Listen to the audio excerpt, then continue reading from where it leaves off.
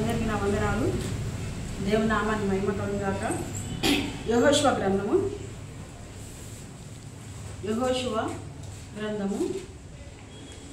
15వ అధ్యాయము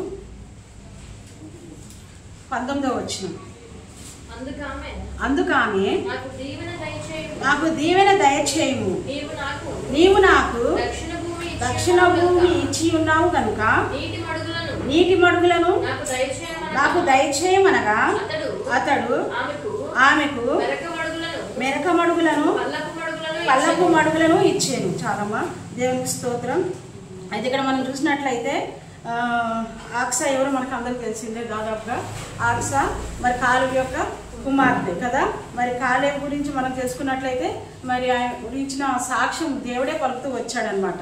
అయితే మనం సంఖ్యాకాండము 13వ అధ్యాయం 14వ వచనంలో మనం చూసినట్లయితే అక్కడ మనం ఆయన గురించిన తెలిసిన విషయం ఏంటంటే మరి దేవుడు మరి ఇజ్రాయేల్ ప్రజలను మరి ఐగుప్తు దేశం నుండి కానాను దేశం నడిపించే ప్రయాణంలో మరి కానాను దేశము సమీపిస్తుందని అనుకున్న ఆ సమయంలో దేవుడు మరి యెహోవా దేవుడు ప్రభు మరి ఏం సెలవిచ్చాడంటే, మిమ్మల్ని నేను కానాను దేశంలో ప్రవేశపెడుతున్నాను కదా, అయితే ఆ దేశం ఎలా ఉందో ఒకసారి మీరు వెళ్ళి చూసి రండి అనేసి చెప్పడం జరుగుతుంది అనమాట. అప్పుడు మోసేకు సెలవిస్తాడనమాట. అయితే ప్రతి గోత్రంలో నుంచి ఒక్కొక్కరిని మరి పంపించమంటాడు దేవుడు.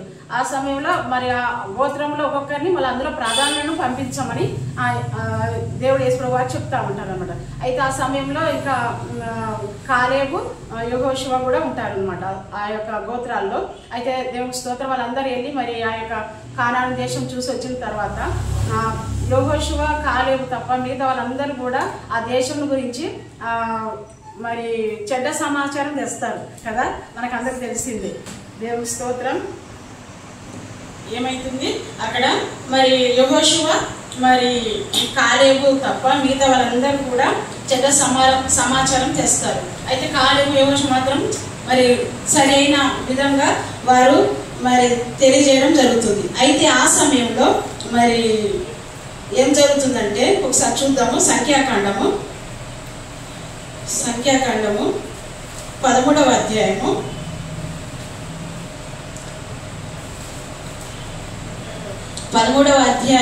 24వ వచనంలో అక్కడ ఒకసారి మనం గమనిద్దాము. ఏం జరుగుతుందంటే అక్కడ అందరూ కూడా చెడ్డ సమాచారం తీసుకొస్తారు కదా.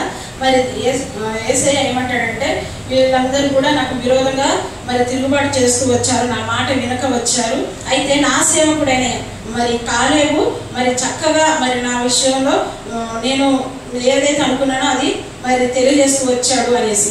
అయితే అక్కడ మనం చూసినట్లయితే సంఖ్యాకాండము 14వ అధ్యాయము 24వ వచనంలో దేవుడే సాక్షాత్తుగా మరి కాలేబు గురించి సాక్ష్యం చెప్తూ ఉంటాడు అనమాట. అక్కడ చదువుదాము.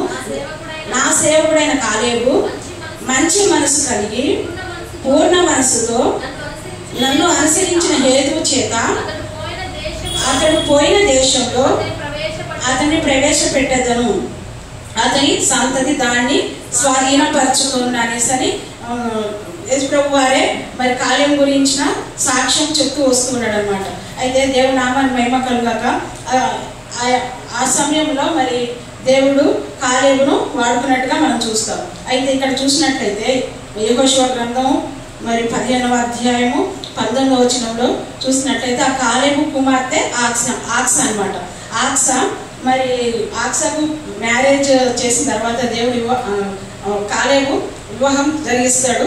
అయితే ఆ తర్వాత మరి ఆ ఆక్సా తన పెళ్ళిడి దగ్గరికి వెళ్ళిన తర్వాత అక్కడ వాళ్ళిద్దరూ ఒక సంభాషణ చేస్తూ ఉంటారు అనమాట. చేసిన తర్వాత ఇంకా ఆక్స ఏం చేస్తుందంటే మళ్ళీ తిరిగి తండ్రి దగ్గరికి వస్తుంది అనమాట.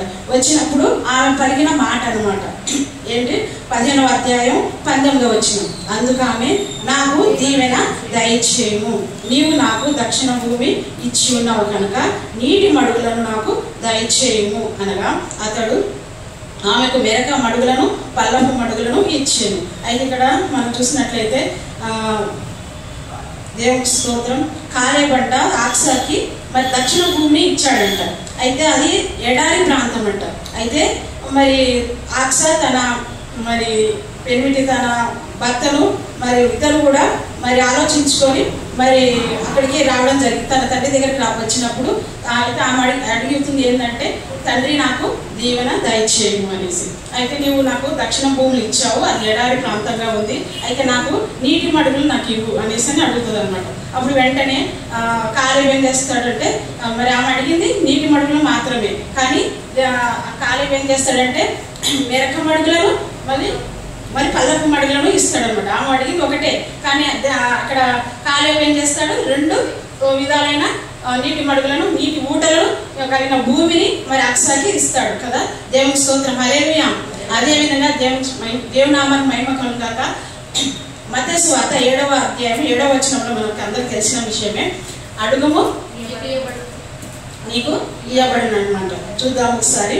మత్తయి సువార్త 7వ అధ్యాయం 7వ వచనం, అడుగుడి మీకు ఇవ్వబడును, వెదకుడి మీకు దొరుకును, తట్టుడి మీకు తీయబడును, అడుగు ప్రతి వాడు పొందును. చాలమా.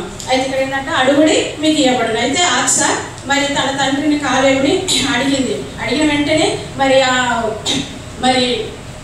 ఆ కాలేబు మరి తను అడిగిన దానికంటే కూడా 2 ఇస్తూ వచ్చాడు. అదనమాట. ఏంటంటే మరి మన దేవుడు మరి చూద్దాం ఇక్కడ మనం 9వ వచనంలో, మీలో ఏ మనుషుడైనను తన కుమారుడు తన రొట్టెను అడిగిన ఎడల వారికి రాతినిచ్చునా, చేపను అడిగిన ఎడల పామునిచ్చునా, మీరు చెడ్డవారై నుండి మీ పిల్లలకు మంచి ఇవ్వలని ఎరిగి ఉండగా పరలోకమందున్న మీ తండ్రి తన్ను అడుగు వారికి అంతకంటే ఎంతో నిశ్చయంగా మంచి ఇవ్వని ఇచ్చు కదా. దేవుని స్తోత్రం, హల్లెలూయా. మరి కాలేబు మరి తన బిడ్డ విషయంలో, తన కూతురి విషయంలో మనం చూస్తాం కదా, మంచి నీటి మడుగులు ఇచ్చాడు, మంచి ఇవుల్ని ఇచ్చాడు. మరి మన పరలోక తండ్రి అంతకంటే మంచివాడు కదా. మరి మనం అడిగిన దానికంటే కూడా మంచి ఇవుల్ని ఇచ్చే దేవుడుగా ఆయన ఉన్నాడు అన్నమాట. అయితే దేవుని స్తోత్రం. మరొకసారి లూకాసు వార్తలో కూడా మనం అక్కడ చూస్తాము. దేవుని స్తోత్రం 10వ అధ్యాయము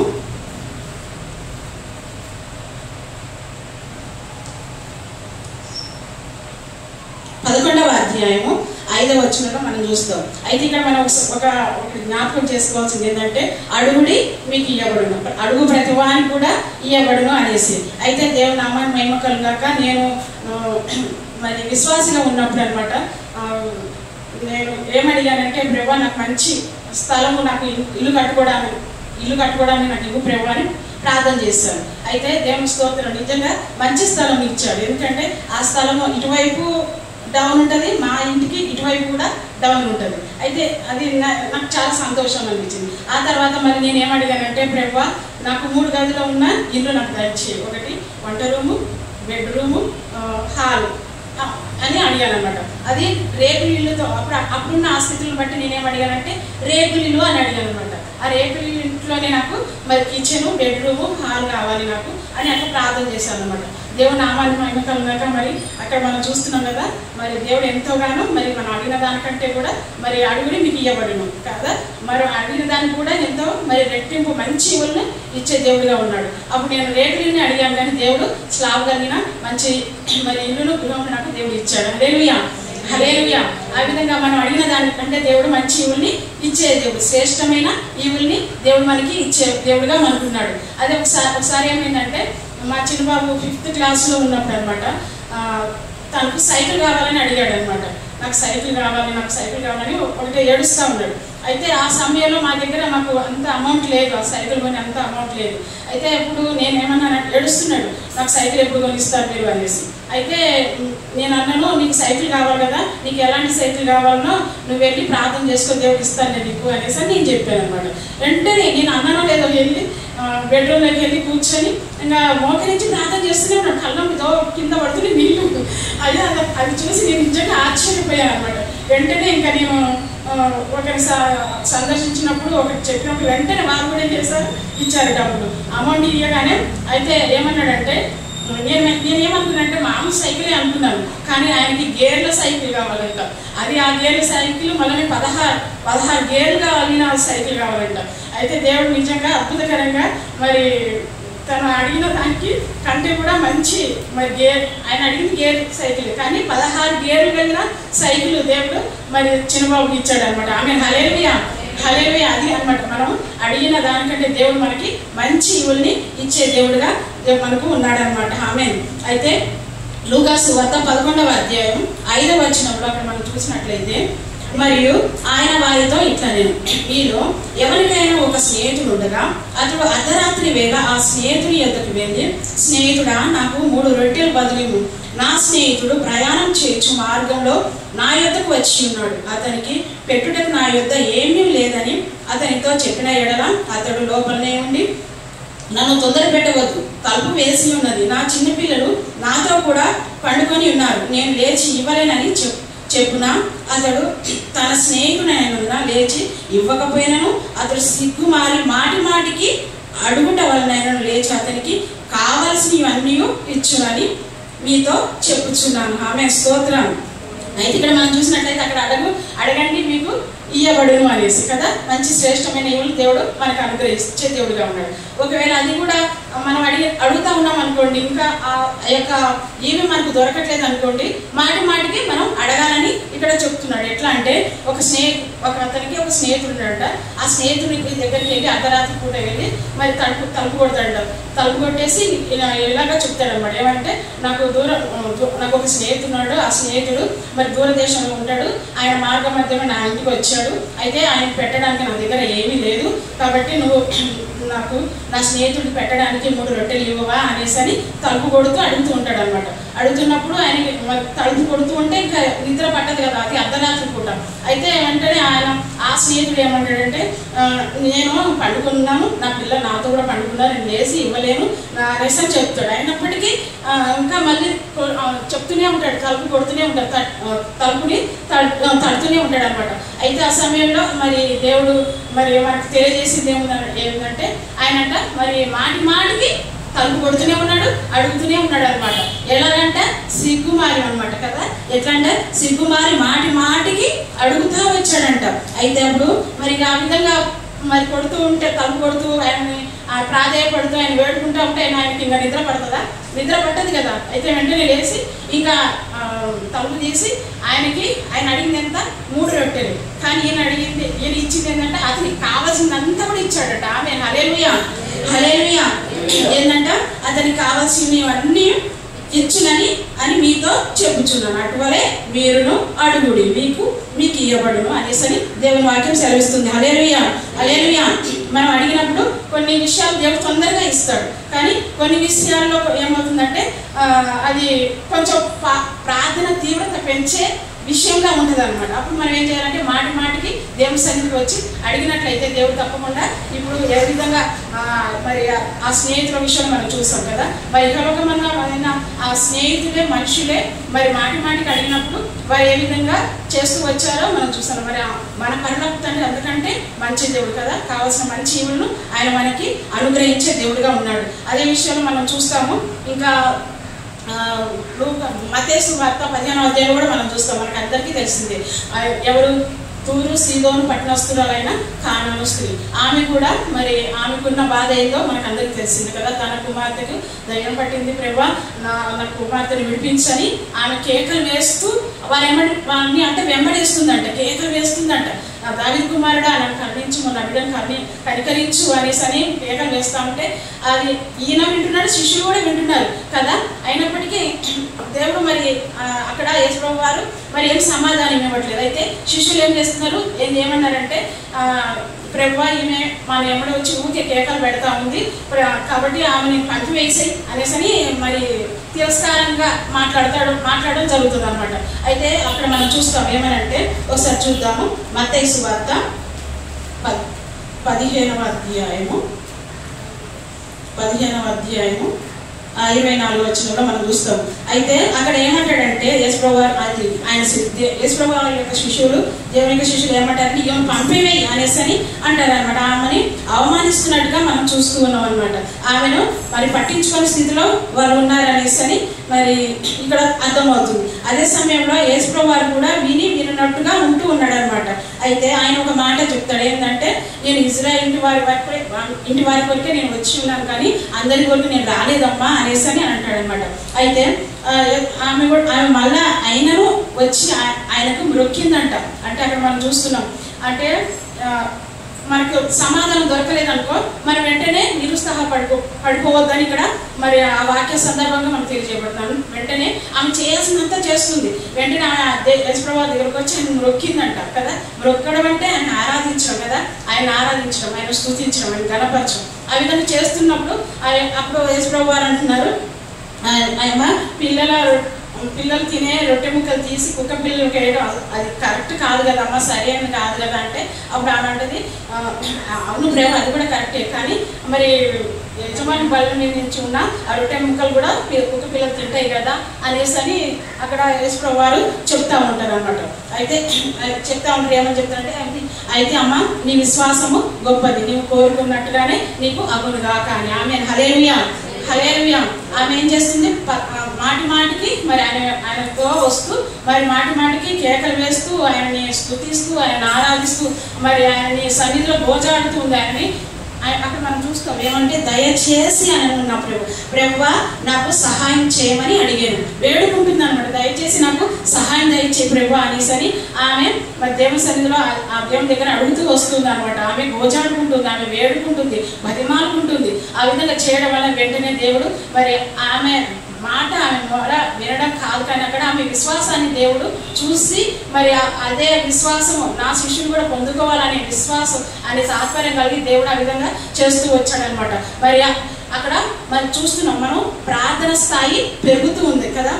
మొదట మనం ఏం చూసినాం, అడుగుడి మీకు ఇవ్వబడును, దేవుడు వెంటనే ఇస్తూ వచ్చాడు. తర్వాత వాళ్ళ మాటి మాటికి కూడా వచ్చి మరి అక్కడ కూడా మనం చూస్తున్నాం, మాటి మాటికి మరి వచ్చి అడగడం వలన మరి దేవుడు మరి అక్కడ తన శిష్యుల ద్వారా అదే అక్కడ స్నేహితుల ద్వారా అక్కడ మనకి గమనించడం జరిగింది. మాటి మాటికి సిగ్గుమారి అడగడం వలన అక్కడ మరి ఆ విధంగా అడగమంటున్నాడు అనమాట దేవుడు. అడిగినప్పుడు అక్కడ మరి అక్కడ కార్యం జరిగింది అనేసి ఇక్కడ ఇంకా అనమాట ఆ ప్రార్థన స్థాయి ఇంకా పెరిగింది. ఏంటంటే అక్కడ విశ్వాసాన్ని దేవుడు చూడాలనేసి, వీరి విశ్వాసం ఎలా ఉందో చూడాలనేసి అని ఆ విధంగా పరీక్షించే సమయం అనమాట. ఆ సమయంలో మన విశ్వాసాన్ని మనం దేవుని సన్నిధిలో మనం పెట్టినట్టయితే దేవుడు నిజంగా గొప్ప కార్యం జరిగించే దేవుడుగా ఉన్నాడు అనమాట. అయితే దేవుడి స్తోత్రం. మనం ఆ విధంగా మాటి మాటికి దేవుని సన్నిధిలో మనం అడిగినట్లయితే, మరి గోజాడినట్లయితే, బతిమాలుకున్నట్లయితే, ఆయన ఆరాధించి స్తుతించినట్లయితే దేవుడు మన విశ్వాసాన్ని చూసి నిజంగా మరి ఆ స్థితి ఏదైతే ఉందో దేవుడు అద్భుతకరంగా జరిగించే దేవుడు అనమాట. ఆమేన్ హల్లెలూయా హల్లెలూయా. అయితే ఇక్కడ దేవుని స్తోత్రం. ఈ విధంగా మన స్థితిగతులను బట్టి మన జీవితంలో ప్రార్థన ఏవైతే విషయాలు ఏవైతే మరి అడుగుతూ వస్తూ ఉన్నామో వాటి విషయంలో మరి కొన్ని అడగగానే దేవుడు ఇస్తాడు, కొన్ని ఏమో మరి మాటికి అడగడం వల్ల దేవుడు ఇస్తాడు. ఆ తర్వాత కొన్ని అయితే ఇంకా ఆయన పాదాలు పట్టుకొని అడగడం వల్ల కొన్ని ఇస్తాడు అనమాట. ఆ విధంగా మన సమస్యను బట్టి మన ప్రార్థన యొక్క తీవ్రత స్థాయిని మనం పెంచుకునే వారంగా ఉండాలని దేవుని వాక్యాల ద్వారా మనకు తెలియజేస్తూ వస్తూ ఉన్నాడు అనమాట. దేవుని నామాన్ని మహిమ కలుగాక. అయితే కొంతమంది ఏం చేస్తారంటే డైరెక్ట్గా మాట్లాడుతున్నారు, ప్రభువా వారిని కాపాడు, ప్రభువా వారిని రక్షించు, ప్రభువా వారిని స్వస్థపరచు అని అట్లా కాదనమాట. అయితే ఇక్కడ చెప్తున్నాడు సమూయేలు గ్రంథంలో, మొదటి సమూయేలు గ్రంథము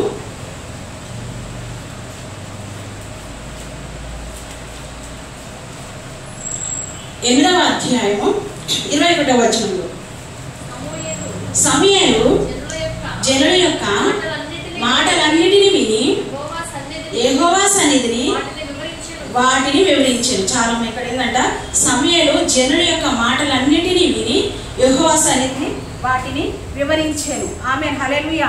అయితే అక్కడ మనం డైరెక్ట్గా దేవుణ్ణి అడగడం కాదు, కానీ మరి చెప్పాలి, అక్కడ సమస్య ఏంటో వివరించి చెప్పాలంట. ఇప్పుడు ఉదాహరణకి నా జీవితంలో నేను జరిగింది చెప్తాను. అయితే నేను రక్షణ పొందుకున్న తొలి దినాల్లో మరి మా పేరెంట్స్, మా తల్లిదండ్రులు నాకు సంబంధం చూడాలని ఆ ప్రయత్నంలో ఉన్నారనమాట. ఆ సమయంలో నాకు అప్పుడే ప్రభు నేను తెలుసుకుంటున్నాను అంతగా నాకు ప్రార్థన చేయాలని, అంటే చేసేదాన్ని కానీ ఎలా చేయాలో అంతగా తెలిసేది కాదు. అప్పుడైతే ఒకసారి నాకు ఆ సమయంలో ఏం జరిగిందంటే, పాల్యం షో గారి బుక్ దొరికింది అనమాట. ఆ పాల్యం షో గారి బుక్లో నేను చదువుతున్న అది ఏదైతే ఉందో ఆ వాక్య భాగం వెంటనే నాకు కనిపించింది అనమాట. అయితే అందులో ఏముందంటే ఆ పాల్యంచో గారి దగ్గరికి ఒక యవనస్తురాలైన స్త్రీ వస్తుందంట. వచ్చి మరి పాస్టర్ గారు నేను వివాహం చేసుకోవాలనుకుంటున్నాను, అయితే ఈ విషయంలో నాకు కొంచెం ఇన్ఫర్మేషన్ ఇవ్వండి, నాకు ఎలాగ ప్రార్థన చేసుకోవాలో నాకు తెలియజేయండి అనేసి పాల్యంచో గారిని ఆమె అడిగిందంట. అయితే ఆమె అప్పుడు పాల్యంచో గారు ఈ విషయాల గురించి కొన్ని విషయాలు చెప్తా ఉంటాడు అనమాట. అయితే నాకు అక్కడ సందర్భం నాకు చాలా బాగా నచ్చింది. అయితే ఆ సమయంలో నేను కూడా నాకు వివాహ ప్రయత్నాలు చేస్తున్నారు కాబట్టి నేను కూడా నాకు దేవుడు నాతో మాట్లాడినట్టు అనిపించింది. అయితే వెంటనే నేను దేవుని సన్నిధిలో ప్రార్థన చేస్తూ వచ్చాను. ప్రభువా నేను అయితే ఆమె నువ్వు ఏవేవైతే నీ భర్త నీ యజమాని ఏవేవైతే ఎలాగ ఉండాలని నువ్వు కోరుకుంటున్నావో అలాగ అవన్నీ కూడా నువ్వు ఒక నోట్బుక్లో రాసుకొని అవన్నీ కూడా నువ్వు ఆ స్థలంలో నీ చెయ్యి పెట్టి ప్రార్థన చెయ్యి, ఆ విషయాలన్నిటి కూడా అప్పుడు నీకు దేవుడు ఇస్తాడు కంపల్సరీ అనేసి సేవకుడు చెప్తాడు అనమాట అమ్మాయికి. అయితే అది కూడా నాకు నచ్చి వెంటనే నేను ఏం చేశానంటే నేను కూడా ఇంటికి వచ్చేసి నేను కొన్ని అంశాలు రాసుకున్నాను. ఏమని రాసుకున్నానంటే మొట్టమొదటిగా నాకంటే హైట్గా ఉండాలి, నేను హైట్గా ఉన్నాను అని నాకు తెలుసు, అందుకని నాకంటే హైట్గా ఉన్న వాళ్ళు కావాలి అనేసి. అయితే ఇంకా తర్వాత నేను చదువుకునేదే నాకు కావాలి అనేసి ఉండాలి అనేసి అప్పుడు నేను అనుకున్నానంటే నేను చదువుకున్నదే చదువుకుంటే అది ఎట్లా ఉంటుందంటే నాకు నేను ఎక్కువ చదువుకున్నా ఆయన తక్కువ చదువుకున్నాడు అనుకో నాకు గర్వం ఉంటుంది. ఒకవేళ ఆయన ఎక్కువ చదివి నేను తక్కువ చదువుకున్నాను అనుకో కొంచెం గర్వం ఎట్లాగైనా ఉంటుంది, నీకంటే ఎక్కువ చదివినా కదా నేను అనే ఆలోచన ఉంటుంది కదా. అందుకే నేను ఎందుకు ఆలోచన వచ్చేసింది నాకు, ప్రభువా నాకు సేమ్ చదువుకున్నవాడే కావాలి అనేసి, ఇంకా విశ్వాసి కలిగిన అతను కావాలి అనేసి. ఇంకా నేనేమనుకున్నానంటే సిగరెట్ తాగొద్దు, మందు తాగొద్దు అనేసి అనుకున్నాను అనమాట. విశ్వాసం కావాలని అలాగా ప్రార్థన చేస్తూ వచ్చాను అనమాట. దేవుడు అద్భుత రీతిగా నేను అడిగిన దానికంటే ఊహించిన దానికంటే ఎక్కువ ఇచ్చాడు. ఎందుకంటే మరి నేను విశ్వాసిని అడిగాను, కానీ ఒక సువార్థకునిగా ఒక వాక్యం బోధించే అతని నేను ఆలోచన నాకు లేదనమాట. అప్పటికి ఆయన మరి వాక్యాన్ని బోధించేవాడుగా ఉన్నాడు కదని చెప్తూ వస్తున్నాడు కదా, అట్లా అనమాట. అట్లా నాకు దేవుడు అట్లా నాకు గుర్తు చేస్తూ వచ్చాడు అనమాట. ఆ విధంగా వివరించి మనం దేవుని సన్నిధిలో మరి ప్రార్థన చేయాలి. ప్రభా నాకు ఇట్లా కావాలి, ఇట్లా రావాలి, ఈ విధంగా ఉంటే నాకు ఇష్టం ప్రభా అనేసారి మనం చూస్తూ ఉంటాం కదా. మీ సంతోషము పరిపూర్ణమగునట్లు మీరు అడుగుడి, అప్పుడు మీకు ఇయ్యబడును అనేసి దేవుడు తెలియజేస్తూ ఉన్నాడు అనమాట. దేవుడు నామాన్ని మహిమ కలుగును. హల్లెలూయా, హల్లెలూయా. అయితే దేవునికి స్తోత్రము. ఇంకా మనం చూసినట్లయితే మనం ప్రార్థనలో మన యొక్క సమస్యలను బట్టి ఆ ప్రార్థన తీవ్రతను మనం పెంచుకుంటూ రావాలనేసి. ఆమేన్, హల్లెలూయా. అయితే దేవునికి స్తోత్రం. మొదటి యోహాను పత్రిక, యోహాను రాసిన మొదటి పత్రిక 3వ అధ్యాయము 21వ వచనంలో, ప్రియులారా మన హృదయము మనయందు దోషారోపణ చేయని ఎడల దేవుని ఎదుట ధైర్యం గలవారమగుదుము. అక్కడ మనం చూసినట్లయితే ఏంటంటే మన హృదయం మనయందు దోషారోపణ చేయని ఎడల దేవుని ఎదుట ధైర్యం గలవారం అగుదుము అనేసి. అయితే ఇక్కడ మనం చూసినట్లయితే ఇక్కడ మనం ఒక్కొక్క స్థాయిని మనం పెంచుకుంటూ వస్తూ ఉన్నాం కదా. అయితే అక్కడ మనం చూసినట్లయితే ఎట్లా ఉందంటే కొన్ని విషయాల్లో ఎంత ప్రార్థన చేసినా అది జరగదు కదా, కార్యము జరగదు. అయితే ఆ స్థితిలో మనం ఏం అనుకోవాలంటే, అయితే ఒకవేళ నా ప్రార్థన దేవుడు వినట్లేదు, వినట్లేదు, ఎందుకు వినట్లేదు అంటే ఇంకా మరి నాలో ఏమైనా ఉందేమో అనేది మనం ఆ సమయంలో పరిశీలన చేసుకోవాలి. ఓకే, అప్పుడు దేవుడే చెప్తా ఉన్నాడు కదా, రక్షింపనేరక యెహోవా హస్తము పురచ కాలేదు అని, ఇంకా విననేరక నా చెవులు మందం కాలేదు అని, మీ పాపములు మీ దోషంలే నాకు అడ్డుగా ఉన్నాయని సెలవిస్తున్నాడు. కాబట్టి మనకు ఆ స్థాయిని మనం కలిగి ఉండాలన్నమాట. ఒకవేళ మన ప్రార్థనలకు వెంటనే మరి ఆ యొక్క సమాధానం రాకపోతే వెంటనే మనం పరిశీలన చేసుకునే వారంగా ఉండాలి. అయితే మనం దేవుని సన్నిధికి వచ్చినప్పుడు మనం ఎలా రావాలంటే మన హృదయం మన మీద దోషారోపణ చేయనిదిగా ఉండాలి, అంటే నింద వేసేటట్టుగా ఉండకూడదు. అప్పుడే మనం దేవుని సన్నిధికి ధైర్యంగా వచ్చేవారుగా ఉంటామనేసి. ఎట్లా అనంటే ఎట్లా ధైర్యం ఉంటుంది అంటే హెబ్రీయులకు రాసిన పత్రిక 4వ అధ్యాయము 22వ వచనంలో మనం చూసినట్లయితే 4వ అధ్యాయము 16వ వచనంలో, కనుక మనం కనికరింపబడి సమయోచితమైన సహాయం కొరకు కృప పొందినట్లు ధైర్యముతో కృపాసనం వద్దకు చేరుదము కదా. అప్పుడు మనము దేవుని సన్నిధికి ఆ విధంగా మన పాపములు, మన దోషములు, మన అతిక్రమములు, మన అపరాధాలు ఏవైతే ఉన్నాయో వాటిని అన్నిటిని ఒప్పుకున్నట్లయితే అప్పుడు ఏం జరుగుతుందంట, మనము కనికరింపబడతామంట. కనికరింపబడడం మాత్రమే కాదు అయితే సమయోచితమైన సహాయం దేవుడు మనకు ఇచ్చినట్లు తన కృపను మన ఎడల చూపిస్తాడనేసి అని అప్పుడు మనం ధైర్యవంతులుగా మనం ఆయన దగ్గర నుంచి మనం ఆ సమాధానం కానీ ఆ కార్యం కానీ మనం చూస్తామనేసి అని దేవుని వాక్యము తెలియజేస్తుంది అనమాట. అదేవిధంగా ఇంకా హెబ్రీయులకు రాసిన పత్రికలో 10వ అధ్యాయము 22వ వచనం ముందు మనము పరిశీలన చేసుకుంటూ రావాలన్నమాట. అయితే ఇక్కడ మనస్సాక్షికి కల్మషము తోచకుండానట్లు రోక్షింపబడిన హృదయములు గలవారమును నిర్మలమైన ఉదకముతో స్నానం చేసిన శరీరములు గలవారమునై ఉండి విశ్వాస విషయంలో సంపూర్ణ నిశ్చయత కలిగి యథార్థమైన హృదయంతో మనము దేవుని సన్నిధానము చేరుదము.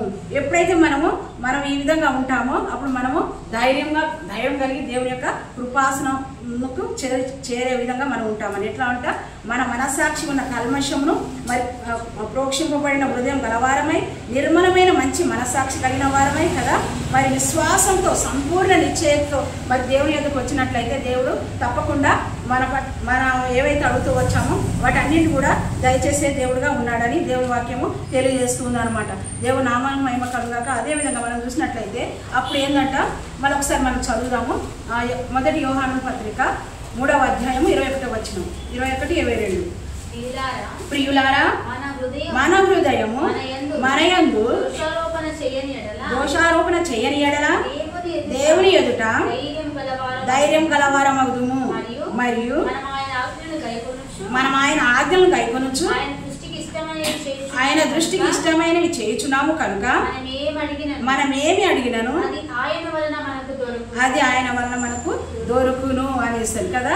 ఎప్పుడైతే మనము మన సమస్యలు తీవ్రతరం అవుతూ ఉంటాయో ఆ సమయంలో కూడా మన ప్రార్థన కూడా తీవ్ర స్థాయిలో పెంచుతూ మరి ఏదైతే అడ్డుగా ఉంటుందో దేవుని వాక్యం ఏవైతే సెలవిస్తుందో ఆ ప్రకారంగా మరి మనం దేవుని సన్నిధికి వచ్చి మన పాప దోష అతిక్రమ అపరాధాలు ఏవైతే ఉన్నాయో వాటిని అన్నింటినీ క్షమించమని అడిగినప్పుడు అప్పుడు దేవుని సన్నిధిలో మనము ధైర్యవంతులుగా అవుతామని. అప్పుడు ఆ యొక్క సందర్భంలో మనం ఏం అడిగినా దేవుడు ఇస్తాడనేసి ఎట్లా అంతేకాకుండా ఎట్లా ఏమంట మనం ఆయన ఆజ్ఞలు గైకొనొచ్చు కదా.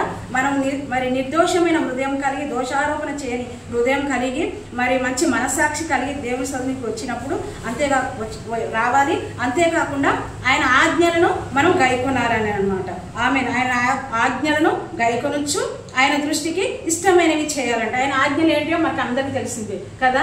మన పూర్ణాత్మతోను పూర్ణ మనసుతోను పూర్ణ హృదయంతో పూర్ణ వివేకంతో పూర్ణ భయభక్తులతో ఆయనని ఆరాధించాలి, సేవించాలి కదా. దేవునామాన్ని మహిమ కలుగును. హల్లెలూయా.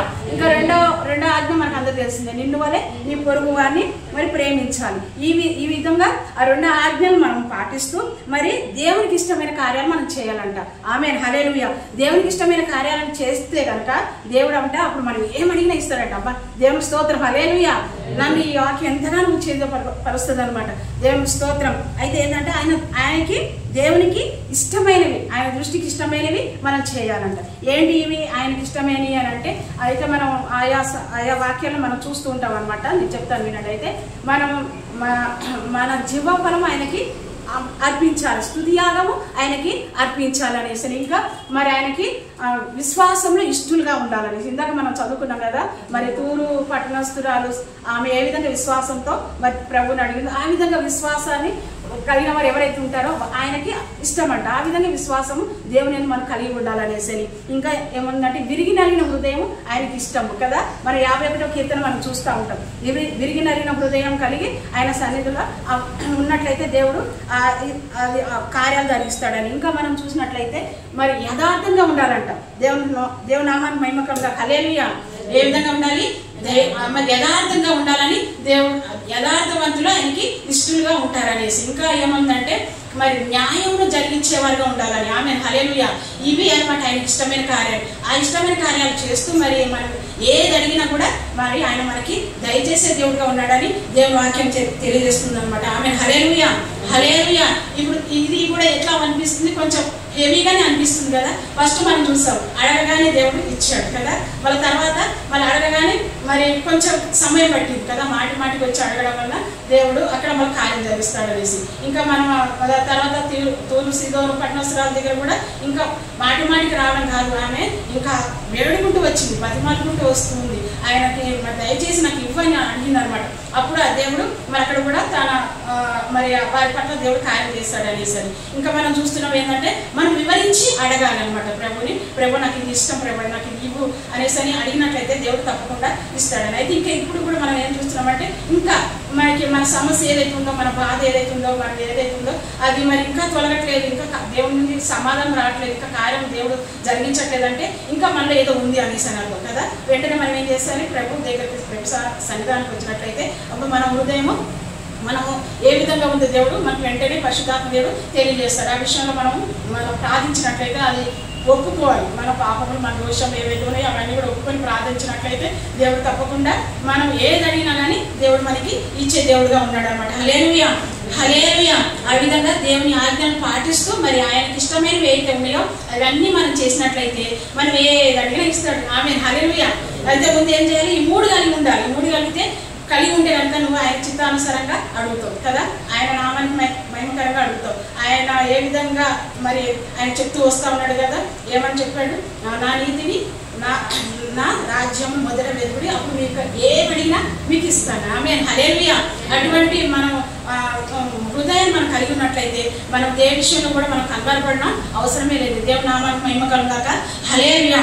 అయితే ఈ విషయంలో మనం ఏం చేయాలి, ప్రతి మరి అడుగుతున్న కొలది మరి సమాధానం రాకపోతే మన ప్రార్థన స్థాయిని మరి పెంచుతూ రావాలని దేవుని యొక్క వాక్యం ఇక్కడ స్పష్టంగా మరి మనకి తెలియజేయబడుతుంది అనమాట. హల్లెలూయా, దేవుని స్తోత్రము. అయితే ఇక్కడ ఇంకో విషయం ఏంటంటే దేవుని నామానికి మహిమ కలుగాక.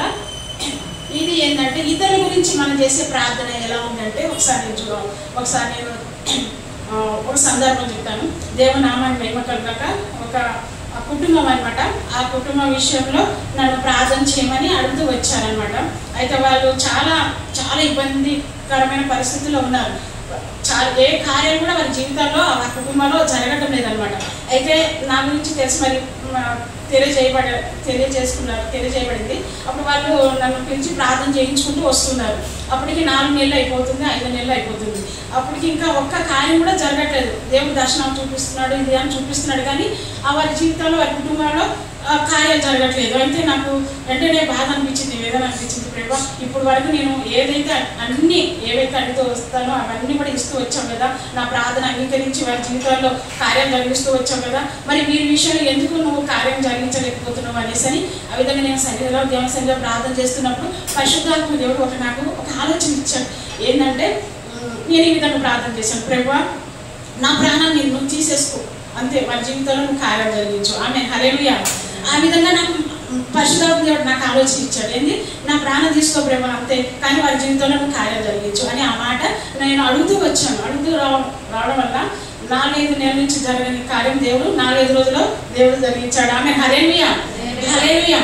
ఇప్పుడు వరకు కూడా మనం ఏం చేస్తామంటే మన ప్రార్థనలో అడుగుతూ వచ్చాం, కానీ ఇప్పుడు మన జీవితాల్లో మన స్థితిగతులను బట్టి మనం ప్రార్థన చేస్తూ వచ్చాం. కానీ ఇప్పుడు నేను చెప్పేది ఏంటంటే ఇతరుల గురించి చేసే ప్రార్థనలు అనమాట. అయితే అప్పుడు ఆ టైంలో దేవుడు కార్యం జరిగించాడు కదా, మన జీవితాలు ఏవి కావాలో అవన్నీ జరిగిస్తూ వచ్చాడు, సమాధానం ఇచ్చాడు. అయితే ఆ సమయంలో కృతజ్ఞత కూడా పెట్టుకున్నారు. ఆ టైంలో నన్ను కూడా అప్పుడు పిలిచారు, ఎందుకంటే నేను వ్యక్తిగా ఉన్నానని అక్కడ పిలిచి ఇంకా వారి ఇంట్లో కృతజ్ఞత గుడికి పెట్టుకోవడం జరిగింది. వాళ్ళ తరపు నుంచి వాళ్ళ పాస్టర్ గారు కూడా ఆ కృతజ్ఞత గుడికి వచ్చారు. అయితే వాళ్ళు సాక్ష్యం చెప్పారు, నన్ను కూడా సాక్ష్యం చెప్పమన్నారు. సరే అని నేను వేసి సాక్ష్యం చెప్పాను. నేను ఇట్లా ప్రార్థన చేస్తాను, ఏంటంటే ప్రభా మరి నీ జీవితంలో నువ్వు కార్యం జరిగించాలంటే నా ప్రాణాన్ని నీ సన్నిధిలో పెట్టేస్తున్నా, నీ పాదాల దగ్గర పెట్టేస్తున్నా, నా ప్రాణం తీసేసుకొని ఈ ప్రభు వీళ్ళకి కార్యం జరిగించు అనేసి ఆ విధంగా నేను ప్రార్థన చేస్తూ వచ్చాను. దేవుడు ఆ విధంగా వారికి అనుగ్రహిస్తూ వచ్చాడు అనేసి నేను అలాగా సాక్ష్యం చెప్పాను. అయితే ప్రార్థన ఆ కూడికి అయిపోయిన తర్వాత ఆ పాస్టర్ గారు అంటున్నారు, ఏంటి ప్రార్థన అలా కూడా చేస్తారా, ఇప్పుడే నేను మొదటిసారిగా వింటున్నాను అనేసి అన్నాడు. దేవుడికి స్తోత్రం, హల్లెలూయా. ఏంటి ప్రాణం పెట్టే ప్రార్థనలు కూడా ఉంటాయా అనేసి అని అన్నాడు. నేను ఇప్పుడే వింటున్నాను మీ నోటి నుంచి అనేసి అన్నాడు. అంటే నాకు కూడా కొంచెం ఆశ్చర్యం అనిపించింది. అవునా, నేను అడిగింది ఏదన్నా ప్రత్యేకం అనిపించిందా అనేసి. అయితే నేను ప్రభు సన్నిధిలో ప్రభు ఇది కరెక్ట్ కాదా, మరి పాస్టర్ నన్ను ఎందుకు అలా అన్నారు అనేసి అని దేవుని సన్నిధిలో అడుగుతూ వచ్చాను. అడిగినప్పుడు ప్రభు నాకు మాట ఇచ్చాడు అన్నమాట. ఏంటంటే నాతో మాట్లాడుతూ వచ్చాడు, నువ్వు మర్చిపోయావు కనుక చూడు యెషయా గ్రంథం 43వ అధ్యాయం అనేసి అని నాకు చూపించడం జరిగింది అనమాట. ఆమేన్, హల్లెలూయా. యెషయా గ్రంథము 43వ అధ్యాయము 4వ వచనంలో, నీవు నా దృష్టికి ప్రియుడమైనందున గనుడవైతివి, నేను నిన్ను ప్రేమించుచున్నాను కనుక నీకు ప్రతిగా మనుష్యులను అప్పగించుచున్నాను, నీ ప్రాణం ప్రతిగా జనులను అప్పగించుచున్నాను. ఆమేన్, హల్లెలూయా, హల్లెలూయా. అసలు నాకు తెలియకుండానే ఆ విషయం గురించి నేను ప్రార్థన చేశాను. దేవుడు అద్భుత రీతిగా నాకు సహాయం చేసి మరి గొప్ప కార్యం జరిగించిన దేవుడు. మరి ఆ సమయంలో నేను మర్చిపోయిన ఆ వాక్యంలో నాకు దేవుడే పరిశుద్ధాత్మ దేవుడే నాకు గుర్తు చేసి ఆ విధంగా నాకు తెలియజేయడం జరిగింది అనమాట. దేవుని నామాన్ని మహిమకరంగా, హల్లెలూయా. అయితే ఆ వాగ్దాన వాక్యం నేను ఎప్పుడు పొందుకున్నానంటే, నేను బాప్తిసం తీసుకున్న కొద్ది రోజుల్లో దేవుడు నాకు ఈ వాగ్దాన వాక్యాన్ని దేవుడు ఈ యొక్క వాగ్దానం నాకు దేవుడు అనుగ్రహించడం జరిగింది అనమాట. అయితే నేను అంతగా అప్పుడు పట్టించుకోలేదు, నాకు గుర్తు లేదు. అప్పుడు పరిశుద్ధాత్మ దేవుడే కదా, ఆయన ఇస్తేనే ఆయన మనకి గుర్తు చేసే దేవుడుగా ఉన్నాడు. అంతేకాకుండా నెరవేర్చే దేవుడు కూడా ఉన్నాడు. ఆ వాగ్దానం నాకు ఇచ్చిన ఆ దేవుడు మరి నాకు తిరిగి నాకు గుర్తు చేసి మరి నిజంగా మరి వారి జీవితంలో మరి గొప్ప కార్యం జరిగించాడనమాట. అయితే మనం చూస్తున్నాం కదా, మొదటి యోహాను పత్రికలో కదా, ఇది మన పాస్టర్ గారు అప్పుడప్పుడు వాక్యంలో చెప్తూ వస్తూ ఉంటాడు అనమాట. మొదటి యోహాను పత్రిక 3వ అధ్యాయము 16వ వచనంలో, ఆయన మన నిమిత్తము తన ప్రాణం పెట్టాము గనక దీని వలన ప్రేమ ఎట్టిదని తెలుసుకొనుచున్నాము, మనం కూడా సహోదరుల నిమిత్తము మన ప్రాణము పెట్టబద్దులమై ఉన్నాము. హల్లెలూయా, హల్లెలూయా కదా. దేవుడు నిజంగా ఈ 2 వాక్యాల ద్వారా నాతో మాట్లాడాడు అనమాట. ఆమేన్. అయితే ఇంకా దేవుని నామాన్ని మహిమకరం గాక. అదేవిధంగా మరి గడిచిన సంవత్సరాలు కూడా ఒక కుటుంబం గురించి మీ అందరికీ తెలిసిందే. మరి ఆ కుటుంబంలో మరి వాళ్ళు అన్యులు. అయితే అతనికి మరి నెల రోజుల నుంచి కూడా నిద్ర పట్టని ఆ సమయంలో మరి తెలిసిన వాళ్ళు చెప్పడం వలన మరి ప్రార్థన చేయించుకోవడానికి వచ్చారు. మీకు అందరికీ తెలిసిందే, ప్రార్థన చేస్తూ వచ్చాను. అయితే అతను ఎలాంటి స్థితిలో ఉన్నాడంటే, ఆ నెల రోజులు కూడా ఇంట్లో ఉండేవాడు కాదంట. అంటే రాత్రి అవగానే ఇంట్లో ఉండేవాడు కాదు, బయటనే తిరుగుతూ వచ్చేవాడు. తర్వాత మళ్ళీ ఉదయం కాగానే ఇంటికి వచ్చేవాడంట. ఆ టైంలో నేను సరే అని 2-3 సార్లు ఆ విధంగా ప్రార్థన చేశాను. 2-3 సార్లు ప్రార్థన చేయగానే ఇంకా ఆయన బయటకు వెళ్ళడం మానేస్తాడు. ఇంకా మానేసి ఇంట్లోనే ఉంటున్నాడు. కానీ నిద్ర పట్టట్లేదంట. కానీ పద్దాక వాళ్ళు ఉదయం ఫోన్ చేసి ప్రార్థన చేయించుకోవడం, రాత్రి ఫోన్ చేసి ప్రార్థన చేయించుకోవడం అట్లా చేస్తూ వచ్చాడనమాట. అయితే ఇంకా మరి బయటకు వెళ్ళట్లేదు కదా, మంచిగా ఉన్నాడు కదా, ఇంకా ఎందుకు అనంటే అది ఆయనకు నిద్రపోవాలి కదమ్మా అనేసి అని అన్నాడు. అంతేకాదు ఆయన ఏ విధంగా విచిత్రంగా పిచ్చి పిచ్చి మాటలు మాట్లాడము, ఇంకా విచిత్రంగా ప్రవర్తన చేయడం అట్లా చేస్తున్నాడు అనేసి అని చెప్పాడు అనమాట. అంటే 2-3 సార్లు ప్రార్థన చేయగానే బయటికి వెళ్ళడం మానేసేసాడు, ఇంకా ఇంట్లోనే ఉన్నాడు. ఇంకా మిగతా ప్రార్థన కూడా చేయాలి. అయితే ఇంకా నేను సరే అనేసి ప్రభువా నీ సరైన ప్రార్థన చేస్తున్నా అనేసి ప్రార్థన చేస్తున్నాను. వారం అవుతూ ఉంది. కానీ నేను ప్రార్థన చేస్తున్న కొలది ఆయనకి ఏంటంటే 2 గంటలు 3 గంటలు 4 గంటలు ఆ విధంగా నిద్రపోతా వచ్చాడు. కానీ పరిపూర్ణమైన నిద్ర ఇంకా రావట్లేదని వారం తర్వాత చెప్తున్నారు. అమ్మ వారం అయిపోతుంది కానీ ఇంకా పూర్తిగా నిద్రపోవాలని మాకు ఉందామా, అదే కదా సంతోషము అనేసి అన్నప్పుడు అప్పుడు నాకు బాగా విపరీతమైన బాధ. ప్రతిరోజు కూడా ప్రార్థన చేయించుకునేవాళ్ళు, ఉదయం పూట రాత్రి పూట పడుకునేటప్పుడు. అయితే నైతికంగా నేను ప్రార్థన చేయడం మొదలుపెట్టాను. ప్రభా అక్కడ కూడా నేను అడిగాను, ఏమంటే నా ప్రాణం తీసుకో ప్రభా, ఇంకా అంతే ఊరికే పద్దాక వాళ్ళు నా ఎమ్మడ పడ్డాను ఎందుకు, నా ప్రాణం తీసుకొని వాళ్ళకి ఏది కావాలో నాకు ఇచ్చేసే, వాళ్ళకి విడుదల ఇచ్చేయి, వాళ్ళకి స్వస్థత ఇవ్వు ప్రభా, వాళ్ళకి ఏ కార్యాలు కావాలో నాకు ఇవ్వు ప్రభా. ఇంకా ఆ మాటనే పట్టుకుంటూ ఒక వారం అంతా ప్రార్థన చేశాను. ఆ టైంలో నాకు ఒక్కొక్క రోజు ఒక్కొక్కటి గురించి ప్రార్థన చేస్తుంటే ఆయనలో ఉన్న దురాత్మలు ఒక్కొక్కటి బయటకు వెళ్ళిపోతూ ఉండడం దేవుడు నాకు చూపిస్తూ వచ్చాడు. ఆయనలో మొత్తం నేను దురాత్మలు వెళ్ళిపోవడం చూశానంటే 11 దురాత్మలు ఆయన నుంచి వెళ్ళిపోయాయి అనమాట. దేవుని స్తోత్రం. అయితే ఆ సమయంలో ఆయన కూడా గ్రహించాడంట. నేను ప్రార్థన చేస్తున్నప్పుడు ఆయనలో నుంచి దురాత్మలు, ఒక అన్యుడండి, విశ్వాసి కాదు, అయితే ఆయనలో నుంచి ఒక దురాత్మ ఆయన నుంచి వెళ్ళిపోతున్నట్టుగా ఆయనకు స్పష్టంగా కనబడేదంట. ఆ విధంగా నాకు చెప్తూ వచ్చాడనమాట. దేవుని నామాన్ని మహిమకరంగా. హల్లెలూయా. హల్లెలూయా. ఆ విధంగా నా ప్రాణమును మరి అక్కడ దేవుని సన్నిధిలో పెట్టి వారి యొక్క విడుదల కొరకు, వారి యొక్క స్వస్థత కొరకు, వారి జీవితాల కార్యాల కొరకు నేను ఆ విధంగా ప్రార్థించినప్పుడు దేవుడు అద్భుత రీతిగా మరి వారికి స్వస్థ విడుదల మరి కార్యం జరిగించి వచ్చాడనమాట. అప్పుడు వచ్చి మన సంఘంలో సాక్ష్యం చెప్పడం జరిగింది అనమాట. దేవుని నామాన్ని మహిమ కలుగాక. హల్లెలూయా, హల్లెలూయా. అయితే ఇంకో విషయం ఏంటంటే నాకు బాగా మనసులో ఉండిపోయినది అనమాట. అంటే నా ప్రాణం సైతం లెక్క చేయకుండా నేను దేవుని సన్నిధిలో మొదలుపెట్టినప్పుడు ఆయన నా ప్రాణంను ఆయన పాదం చేత పెట్టినప్పుడు దేవుడు జరిగించిన కార్యాలు అనమాట.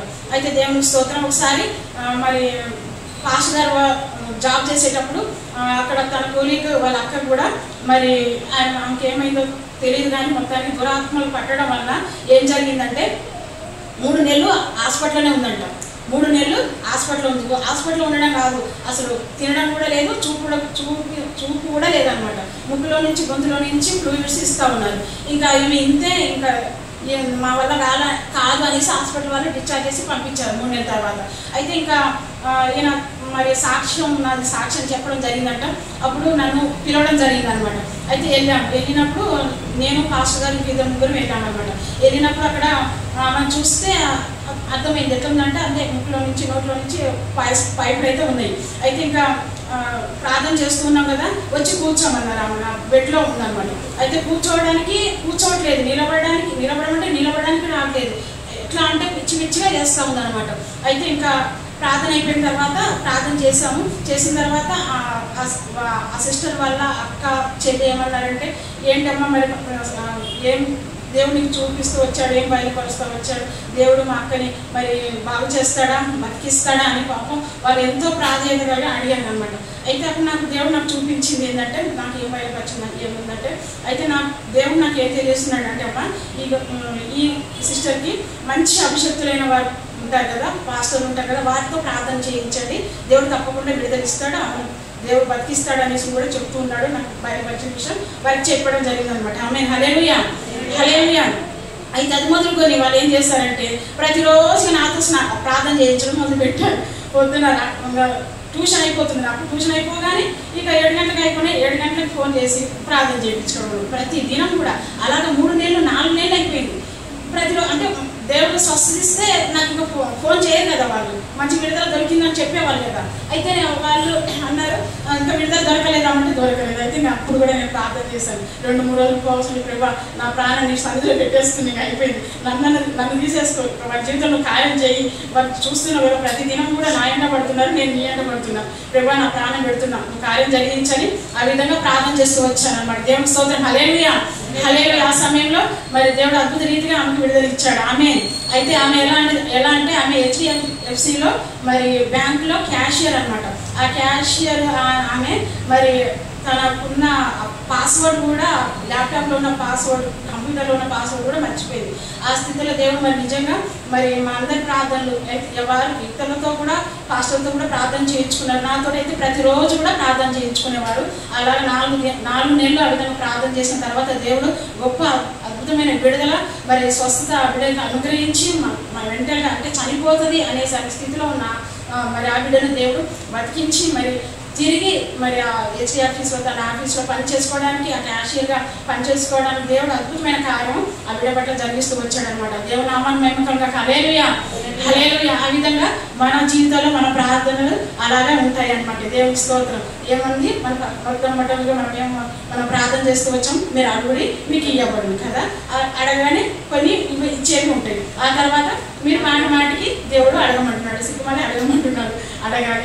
ఇంకా దేవుణ్ణి ఇంకా పాదాలు పట్టుకొని మొక్కి ఆయన మొక్కడం అంటే ఆయన పాదాలు పట్టుకోవడమే కదా, ఆయనకి సాగిలపడి నమస్కారం చేయడమే కదా, ఆయన ఆరాధించడమే కదా. ఆ విధంగా ఆరాధించి ఆయన స్తుతించి ఆయన విశ్వాసంలో ఇంకా ఆమె గొప్ప చేసుకోవడం వల్ల మరి విశ్వాసాన్ని వదలక దేవుని వెంబడించడం వల్ల మరి దేవుడు అక్కడ కార్యం చూసినట్టుగా మనం చూస్తున్నాం. ఇంకా మన ఆయా విషయాలు మనం మరి చూస్తూ వస్తూ ఉన్నాం అనమాట. అంటే ఆ పరిస్థితిని బట్టి మన యొక్క మరి ప్రార్థన తీవ్రత స్థాయిని మనం పెంచుకుంటూ రావడం అనమాట. ఇంకా జరగట్లేదు అనుకో, అప్పుడు మనం ఏమనుకున్నాం, దేవుని సన్నిధిలో మన హృదయాలను పరిశీలన చేసుకునే వరకు మనం ఉండాలని మరి దేవుడు అక్కడ తెలియజేస్తూ ఉన్నాడు అనమాట. ఆ విధంగా మనం పరిశీలన చేసుకుంటూ మరి దేవుని సన్నిధిలో మన పాపాల దోషాలు ఒప్పుకుంటూ మనం ప్రార్థిస్తూ మరి ఆయన ఆజ్ఞల ప్రకారంగా నడుచుకుంటూ ఆయనకి ఇష్టమైనవి ఏవైనా సరే చేసి ఆయనకి ఇష్టమైన ఏవైతే ఉన్నాయో అవన్నీ చేసినట్లయితే దేవుడు మనం ఏది అడిగినా కూడా మనకి ఇస్తాడు. ఆమేన్. హల్లెలూయా, హల్లెలూయా. మరి ముందు అవి మనం కొంచెం జాగ్రత్తగా పడి కొంచెం భయం భక్తి కలిగి చేసినట్లయితే ఇంకా మిగతా రాజ్యం అంతా మనదే. ఆమేన్. హల్లెలూయా. మిగతా కార్యాలన్నీ కూడా మన సొంతమే కదా. దేవుని స్తోత్రం. హల్లెలూయా. ఆ విధంగా దేవుడు మన ప్రార్థన విషయంలో మనకు మరి ఆయా సమయంలో మన యొక్క ప్రార్థన తీవ్ర స్థాయిని పెంచుకుంటూ మనం ప్రార్థించినట్లయితే దేవుడు తప్పకుండా మన జీవితాల్లో కార్యాలు జరిగించే దేవుడుగా ఉన్నాడు. అదేవిధంగా మరి ఇంకా భారంగా ఉన్నట్లయితే ఇంకా ఇతరుల గురించి మనం ప్రార్థన చేసినట్లయితే ఆ యొక్క మరి మన ప్రాణాలను ఇతరుల కొరకు అర్పించేవారుగా కదా. మనం దేవుడు ఏ విధంగా తన ప్రాణాన్ని పెట్టి మనల్ని విమోచించాడో మనం కూడా మన సహోదరుల కొరకు మన ప్రాణం పెట్ట బదులమై ఉన్నామని కదా. మనం మరి దేవుడి వాక్యం కూడా తెలియజేస్తుంది ఏంటంటే, నీవు నాకు ప్రియుడై ఉన్నందున నీకు గనుడు అయితే కనుక నీ ప్రాణం ప్రతిగా జనములను మరి అప్పగిస్తున్నాను అనేసి దేవుడు ఆ విధంగా ఇచ్చిన మాట ప్రకారం మనం ప్రార్థన చేసినట్లయితే దేవుడు మన జీవితంలో అద్భుత కార్యాలు, ఆశ్చర్యకార్యాలు మరి ఏమి అడిగినా దేవుడు మనకు అనుగ్రహించే దేవుడుగా ఉన్నాడు. దేవుడు ఈ వాక్యము దీవించి ఆశీర్వదించుగాక. ఆమేన్.